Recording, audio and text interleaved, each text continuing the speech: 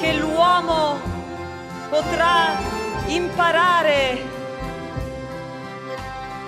a vivere senza ammazzare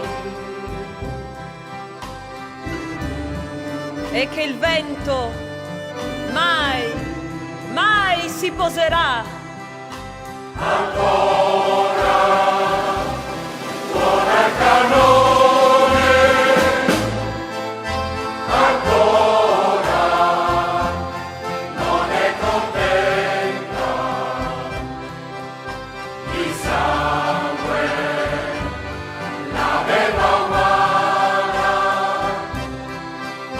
e ancora si porta il vento, ancora suona il cannone, ancora non è contento. Saremo sempre a milioni in polvere, qui nel vento, in polvere.